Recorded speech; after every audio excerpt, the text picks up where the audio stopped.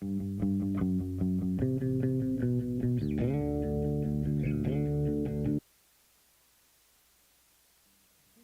410 Production proudly presents the What's in Your Head podcast.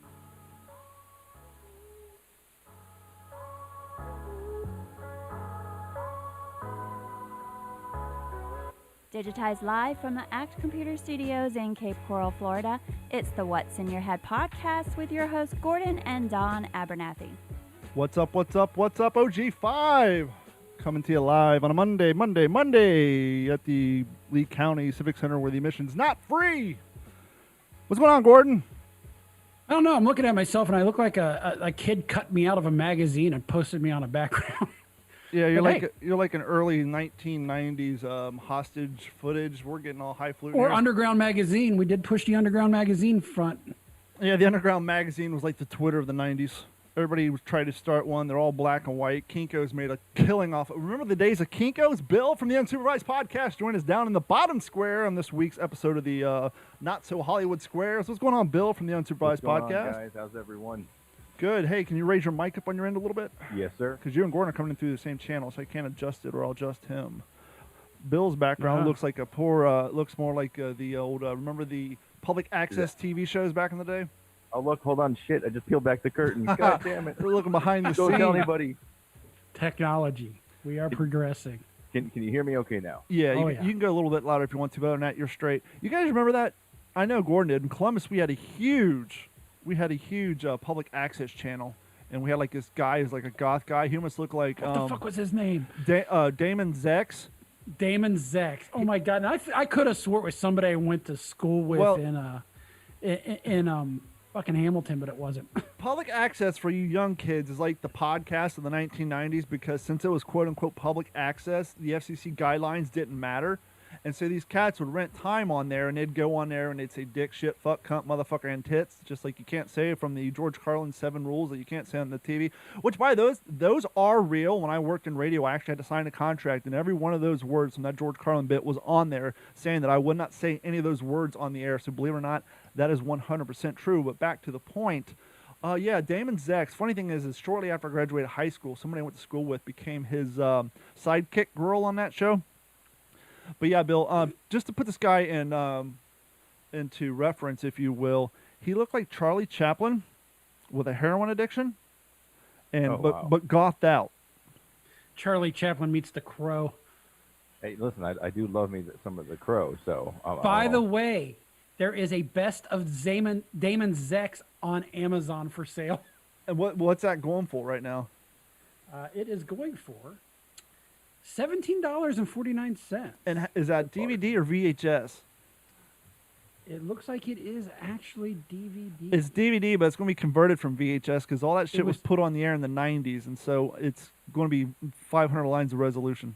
Yep, it was released April 21st, 2010, not 1992. Basically, he 2010. would look like Charlie Chaplin, and then there'd be like goth music in the background and like a lot of dildo play and all just weird, all the craziest. Because he was basically broadcasting from the Ohio State University, and so that was in the 90s. Like, just think, highlight top of Marilyn Manson time, and so you had all these goth people just doing this crazy ass stuff, and then there was another guy who was another OSU guy. I think his show was called "What the Hell Is That" or something, and he was actually pretty funny. And he would call people out on the air, like give their phone numbers out, and people would call them up and completely destroy them.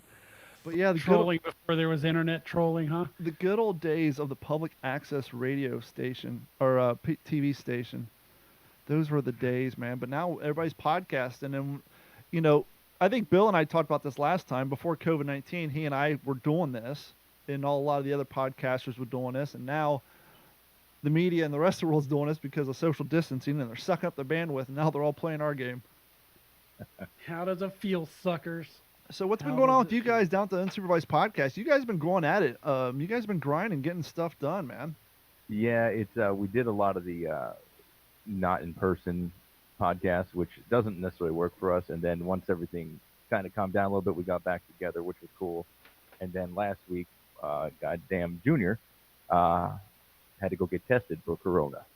Now, did he have to get his brain tickled? Yes, yep, straight up through the brain. Is that the 2020 version of Cotton Eye Joe? Sure. You guys know that rumor, right? What? You know the It's country. not- Go ahead, Gordon. It's not what people think it is. You got teenagers singing a song about getting a VD test. Okay, for those of you who don't know what we're talking about, we all know the techno song. Where did you come from? If it hadn't been for Cotton Eye Joe, I've been married a long time ago. Where did you come from? Where did you go? Where did you come from? Cotton Eye Joe. Now take those lines. Let's and slow think those about lines down. Go ahead, Gordon. Slow those lines down. Let's go verbatim on that. Okay. You're disappearing with the shirt. Go ahead. If it weren't for Cotton Eye Joe, I'd been married long time ago. Sounds like you tested dirty, buddy. Where did you come from? Where did you go? Where did you come from? Cotton Eye Joe. Now you're saying, why Cotton Eye Joe? When you have a VD test and you're a male, they take a Q-tip about yay long, and they shove it up your urethra. Your And, Winky's not having a good day. and in the 90s and 2000s, that procedure was jokingly called Cotton Eye Joe. So now, take those lyrics and listen to them again. If it hadn't been for Cotton Eye Joe, I would have been married a long time ago. Where did you come from? Where did you go? Where did you come from? Cotton Eye Joe. You So- know how many people I've ruined that song for because of that? I got to be honest. I didn't know that, so I think you just kind of killed it for me too. And that song's like huge on TikTok right now. So when you see your kid dancing around doing their TikTok dance in their backyard, listening to that, you're just going to snicker to yourself saying, boy, another 4 more years and you'll know all about Cotton Eye Joe. Stardust used to play the shit out of that song during their nighttime bowling. Oh, wow. There's another throwback to the Columbus days, Stardust Bowling. We used to do Dollar Bowl Night here, and then our bowling alley burnt down, so that was a damn shame. All those dollar bowling couldn't afford to rebuild, huh? Morgan Long checking in on Facebook Live. Thank you for joining us again. Hey, Tony Purdue talking about Grove City going back to the day. There's somebody I graduated with. He's probably laughing his ass off thinking of Stardust and the car wash right next to it. So what have you guys been up to? What's been going on? We didn't do a show 2 nights ago because, well, my dog passed away and I didn't want to come on here crying, but that was not fun. So, but you guys already know that because I shared that with you guys via a short live stream on why we weren't public, but Yeah, you crying and wearing a Suck It Up Buttercup shirt just wouldn't have. yeah, it's a Yeah. little contradictory. You know, Gordon and I were talking, and I said, you know, that is the true price of ownership of an animal.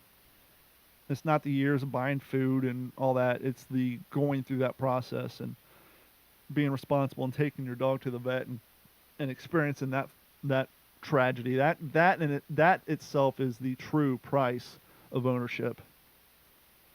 Yeah, I can't handle that kind of stuff. I've had put a dog to sleep before. I had one just pass away on her own. I'm no good at that. Well, it's going to be a rough year for Carrie and I because we have 2 cats who are both older than the Beagle. And so, and one of the female cat, Pity Patters, she's either having seizures or bouts of vertigo, one of the two. So are you saying that if you're into the pet market, maybe space it out a little bit? Yeah, well, the irony is we got Tucker 4 or 5, probably 3, 4 years after the other 2 cats. So they're greatly older than him. They speculated he had brain cancer, so they wasn't even doing anything about that. Yeah. Happier subjects. Okay, what do you got on your books? I have got, so we're trying to think of a bit, right? Uh-huh. And something I'm thinking of just reading Ring headlines in your neighbor's app, Okay. and then and maybe following that up with a couple of these snarky comments From the Karens?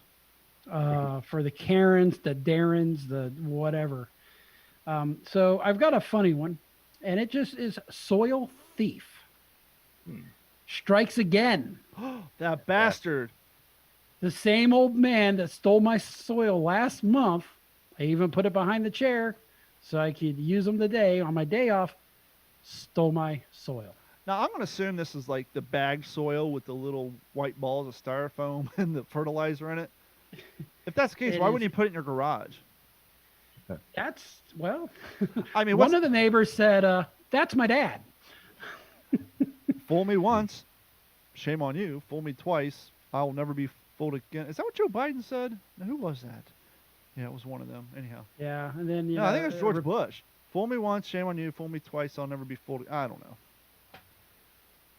So one guy, and it's kind of funny, it kind of runs on a little bit, and the other guy goes, if that is truly your dad, this is the single greatest thing ever. To which a reply is this really your dad? Because if so, your family is really negligent. If not true, the same applies to whomever is supposed to be responsible, because this guy definitely has the dementia shuffle. Why Nobody is it dementia? cares. Why isn't he just frugal? Shake my head. And of course, somebody had asked the poignant question. This is the second time. And we go on, and it's just the guy actually does have extreme dementia. And yeah, the other one just said, put the third one out there filled with dog shit. So take that home. And we go from there. But yeah, one of the best ones, or the best ones we always see around here, is a firework will go off and someone will post, "Hey, is that a gunshot?" Do you guys know that? I know Gordon does. Bill, I know you don't mind firearms, but I don't think you're the type of guy who goes out to the gun range on a regular basis. So this is a good question for you. Do you know the audible difference between a gunshot and a firework? I can't say that I would be able to pick it out every time. I want to say I could, but I can't promise that. Gordon? It's going to have more of a crack. Yeah, it has a crack in it. A firework's more of a boom, whereas a gunshot has a crack to it. Now, what could get a little different, because we like to shoot up the desert out here, is Well, 50 somebody cals. throwing off, blowing off a 50 BMG, Yeah, something like maybe that. hitting some tannerite. Yeah. That could get confusing. But yeah, that will be our first try with the old Ring neighbors. That We'll get more into it, yeah. testing the that. waters. I joined one of those neighbor apps, but I haven't been on there on a while. Really, nothing exciting goes on in my neighborhood until someone gets stabbed 17 times. Shit. You know what's the crazy Have thing you about noticed, that? whatever side of his neighborhood he lives on, something happens near his house? Well, Yeah, I'm not moving down the road. dude, you're a mile from my house. I can hit you with a mortar. I'm safe. Well, and Gordon and I were talking about this on the OG5 podcast, our Patreon exclusive podcast. And by the way, OG5 members, lucky you get another exclusive podcast this month. We recorded one last night. It's up there for you now. But we were talking in great detail. We didn't get in too much detail on this podcast about the woman down the street from me and how, here she is, a soon-to-be single mother of 5, living in a decent neighborhood, and the garbage just follows her from her past. And our neighborhood is so diverse that you got me here, in a nice house, struggling to make it. Then, we got her at the end of the street, with her 5 kids in a nice house. Across from her is where Timmy used to live, where they have the hot tub on the front porch, and they used to rebuild old trucks in the driveway. So you drive down the street and see rear differentials and transmission housing. And then if you were to stand in the driveway of the woman who got stabbed 17 times by her baby daddy on Father's Day, and luckily that asshole killed himself, and I haven't heard any update on her, but hopefully she's well. A stark 8 houses down the street, house is just built, young man has a goddamn Lamborghini. So that just goes to show you that this is not a low-income neighborhood. It's a very well-diverse neighborhood. You got people of all ranges of financial. So, you got a guy with a dump truck next to a guy with a Lamborghini next to me with my new to me Toyota Tundra. So it just goes to show you. That Lambo's a kit car. No, it's the real Or deal. stolen. I don't know if Or this. I don't know. I don't know if this kid's a YouTuber or what. He looks like a young cat. The house is freaking huge. They got a bunch of nice cars. He's got a lime green, almost the color of Bill's Unsupervised Podcast logo Lambo. He's got a freaking McCall in the backyard. So I don't know what he does for a living, but he's probably in his 20s, early 30s. Yeah, he could be chugging. I don't know. Gay for pay. I don't know. If it gets me a Lamborghini, I do what I got to do. That's all. How much gay for pay would you have to do to get a Lambo? You're doing a lot of weird shit to get the Lambo. I mean, Yeah. there's just no way around it. Yeah. That's crazy. But yeah, it just goes to show you, it don't matter where you live, crazy shit happens. Yes, it does. Can I ask you guys a question? I'm a big fan of the Irish farewell. Just kind of dip out and run. No, you just leave. I am also the fan of the Irish farewell. I've been known to do that. For quite a those lot. who don't do the Irish farewell, and a lot of times it's the lady in your relationship, why is it so hard and so time consuming to say goodbye? You've been in the house with these people for 4 hours. You Mhm. say goodbye. I get up and leave. say my goodbyes, all my hugs, and leave and sitting out in the car, and you're inside still saying goodbye for another 15 minutes. What the actual fuck? Because he struck up another conversation. Why? You've been in the house for 4 hours with these people. You said goodbye, you hugged them, you kissed them, you got all your crap, you're standing at the door. It's a process. I'm with you. It's a pain in the ass. I mean, how many times you guys say goodbye to somebody? I grew up with a lot of Italian in the family, so it was literally you planned 30 minutes to get out that door. So that's why you're They all talk with their hands, and then they have a hand tied. so that's why you're so comfortable being in the basement. Well, there's many reasons for that. Somebody posted on their Instagram page, name something Italians can't live without, and I said their mom. That's the truth. Or no, I said and their hands. No, I think I said their mom's basement. That's what I said. That sounds more accurate. God, what is the average? What is it you, Gordon, was telling me there's like a, or maybe it was Dave back in the day, was telling me there's like a whole show about like 30-year-old cats living in their mom's basements who are Italian. Oh, there was a show, and it's funny because my brother-in-law is kind of this, is a mama's boy. Mhm. And most of them were Italian, but you know what? The Greeks are just as bad. Yeah. are As we just said as last bad. week, if there's any local breweries who don't like the fact that I usually have the white can of Swill in my hand on the podcast tonight, we're going with a little bit of the rest of my dad's Crown Royal and some Diet Coke because I don't have any beer. But if you would rather have your can of fine IPA in my hand, reach out to us at info@d-410.com. We'll make that happen for a little to no cost to you, my friend. Well, free and advertising for from what I you and free beer understand, for me. The bars are shut down in Florida for drinking, so maybe there's some swill that needs to be gotten rid of. Yeah. Gotten rid of? Well, I mean, if your can's identifiable enough, and I'm sitting here drinking your product instead of the white can from Miller, there you go, advertising for Dumping you. it down the drain, dump it down D-Train's throat. And Bill, it's a little topic, it's a little behind the scenes stuff for those listening at home, but you and I don't get to talk too often. One of the things I don't think advertisers realize when it comes to podcasts, when you advertise on radio, you pay for that one spot, and they say it, and it's gone forever. That 30 seconds, it's in the wind, unless they're recording a podcast, but most of the times they don't. Whereas if you advertise on a podcast, that thing's there forever.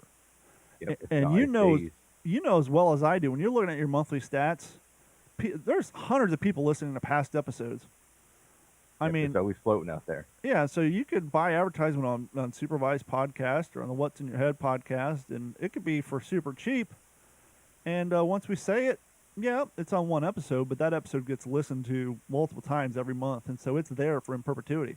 So if you'd like to support my show, send us an email, and Bill, well, you can get a Hint, hold of hint, Bill. wink, wink, nudge, I nudge. think, Bill, you can just type unsupervised 03 at anything, and it'll get to Yeah. him. Whether it's Pretty YouTube, Pornhub, anything, it'll get to him. Just unsupervised You- 03, and you'll find Bill and the crew. I'm still working on the Pornhub page. It's gonna be something. That's how I'm gonna get my Lambo. Can I ask you a serious question? Yeah. Was it a joke, or did Mick actually turn 50 this year? Actually turned 50. Wow, he's fucking old.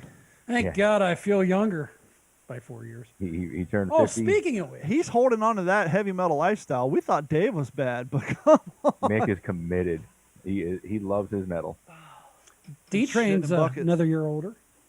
Yeah, today's my birthday. Happy birthday, buddy. Well, thank you, fella. This is a good. Oh, that's cute. Thanks. I like that. Got a little David Hasselhoff and a banana I do what I hammock. can. I You told know- you I'm gonna play around with the green screen. Bill thinks that's cute, and you guys think that's cute, but what he doesn't tell you is he actually has an autographed version of that hanging in his studio that he looks at on a daily basis. And It is in here, and there's also an autographed Tom Wopat from the Dukes of Hazzard. so not only does he love it so much that he tracked it down on the internet to share it with us and our audience on my 42nd birthday, because I'm a little older now, but he actually has the real deal in his He needs studio. the opposite end of that when David Hasselhoff was fat and eating burgers on the floor. Yep. If he could get that fucker signed, that'd be awesome. That would be amazing. Or why don't you can class it up a little bit and go to the Burt Reynolds Playgirl spread. Then you have D just floating around in here. I don't know if I want to go that far yet. I'm not committed. Chrissy would like it. She staring at freaking. Yeah, that'll be an interesting night. Can we talk about short-term goals? Sure. Do you guys utilize the theory of short-term goals leading to success in your life? I want to say yes. Yes, I do. You say you want to But, say yes, but is that a sharp no? I'll start out doing something good, and then I'll lose interest. Well, that's You know, why. I'm like, Go ahead. I ate a salad last week. I was like, I'm going to do this more often. Why? One salad one next day, you know, and then Gordon and I are both the same page. Why eat a salad? What's Yeah, the and benefit of salad? the week later, Junior's like, hey, let's get some Culver's for lunch or something. Like, God damn it, man. Is the salad Go from salads to is- cheese curds. is huh? the salad an attempt at a weight loss thing, or are you just trying to get some veggies in your system? More of the weight loss and health because I realized that I eat the worst on lunch. What I'm if always I in a hurry? Ditto. What if I told you instead of that salad, you could just eat a piece of red meat, like a steak or a hamburger, no bun or anything, maybe throw a little cheese on there, and it'll have just as better of a value of weight loss than that empty salad. That salad's Dude. nothing. It's not doing it. It's not even giving you anything positive. It's just filling your stomach. It's giving you fiber. There's a lot in here. Now, granted, your show's only about an hour, so we can't dive into the weirdness that is me. But I can't eat just a hamburger with no bun. I can't just. But you can eat rabbit food. No, I'm more of a. I don't like it. I mean, get don't me get wrong. My salad consists of lettuce and like 7 pounds of chicken and cheese. Okay, that's. I mean, no, don't. And a gallon of dressing. I'm not bagging on you. I like salads. I mean, if you're just saying you're eating salad because you like salads, it's one thing. But if you're trying to do it as a way to torture yourself into weight loss, there's more enjoyable, tasty ways of going about that. That's all. I I'm heard pointing out. there was every 35 pounds a gentleman loses, he gains an inch on his penis, and that was kind of my motivation. I can tell you that's completely false because I've lost like 45 pounds and that thing hasn't grown since high school. So that is a complete fallacy. I see what I did there, fallacy. You're funny. It's like I'm back to pizza for lunch tomorrow. Pizzas and pizza rolls and tater tots. But no, anyhow, back to short-term goals. The reason I bring it up, and you said you do it, right, Gordon? Yes. I try to do it in every little aspect. Just it gives you something to strive for. That's kind of why I have a Savage race in November. It's supposed to be in March, actually February now, but it was supposed to be in March. But it was actually the first weekend that COVID kicked off, believe it or not. And so that gives me something to train for and to strive for and to keep motivated in my workout regimen. Well, one of the cheese dick things I did this month, my birthday is today, which is second to the last day of June. I said I want to run 40 miles. I want to hit my 42nd mile on my 42nd birthday. And which last month I ran 50 miles, so I actually had to slow down this month. But I actually went out and ran. I ran last night. I ran the 4 miles to get to 40. So today I just had to run quick too, but I almost fucked up. I got like I ran 42.8, so I almost hit 43. But I actually hit that short-term goal for this month. Help keep me motivated with my fitness. And so I try to do that with everything, whether it's fitness or, this podcast or the business or just things I want to reach in my life. And it's great to have long-term goals, but you'll never get to the long-term goal if you don't have short-term goals to reach to get you there. And I think if more people incorporate that into their life, even if, and the most important thing is it doesn't have to have a huge payout. What did me running 40? I didn't get anything today when I hit my 42nd mile. No one was out there with fucking banners and balloons and all that shit. It was just like, okay, it's time to go take a shower and eat dinner. But it just, Don lowered his head and stared at his feet and shuffled on. and then my He was hoping it would happen. and on my playlist, one is The Loneliest Number. It came on. Do you have a finish line tape set up for yourself? No, Damn it. because people would take it down. Oh. He's done it before, can't you tell? Yeah. But anyhow, I didn't know if you guys kind of incorporate the process of short-term goal or realize the importance of it if you're trying to stay motivated and get things done. Because it's, especially if you're trying to get into, healthy, get a little healthier and weight loss. You talk to anybody who does it consistently, they always say, put something out in front of you to train for. Whether it's, hey, I want to be able to do, 20 push-ups by this date, or I want to be able to go out and run a mile by this date. So today I'm going to go in the street, and next week into the block, or hey, I want to be able to bench press this goal, or hey, I want to, complete this amount of whatever. I want to sell this many houses in real estate by this month. It's just, I think you set those goals, it gives you something to work towards, and when you hit that, whether it's selling houses, cars, or losing weight, it makes all that time you spent getting to that point worth it. It gives you an end goal. And I really think if more people did that, they would find life a little bit easier on them. Looks like Zoom lied to me. Oh, why? Oh, Got a timer countdown. Already? Yep. T-minus 9. okay, we got 10 minutes. So what we're going to do, ladies and gentlemen, because, 1 week Zoom lets us go for 120 minutes, and then the next week it's 40 minutes sharp. I guess it all comes down to how many people are using their servers at that time. So this is going to be part 1. If you guys are listening to the download version, just hold tight, and we'll be right back. You guys won't know the difference. But for you watching at home, we're going to end this meeting, and we will be right back with part 2, and maybe actually get the show started and go from there. So you guys hold tight, and we will be right. Mr. Owl, how many licks does it take to get to the center roll Tootsie of a Tootsie Pop? 1, 2.